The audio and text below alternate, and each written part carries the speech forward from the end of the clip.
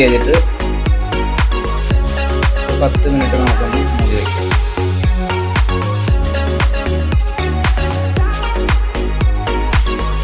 അപ്പൊ ഇനി ഇതൊന്ന് വെന്ത് കുറുകി വരണം. അതുവരെ നമുക്കൊന്ന് വെയിറ്റ് ചെയ്യാം.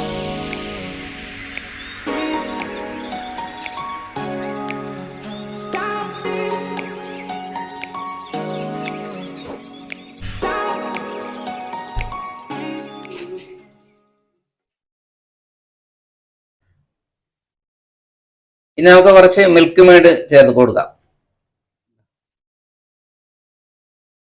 എന്നാലേ ഒന്ന് നമുക്ക് നന്നായിട്ടൊന്ന് കുറുകി റെഡിയാക്കി കിട്ടത്തുള്ളൂ.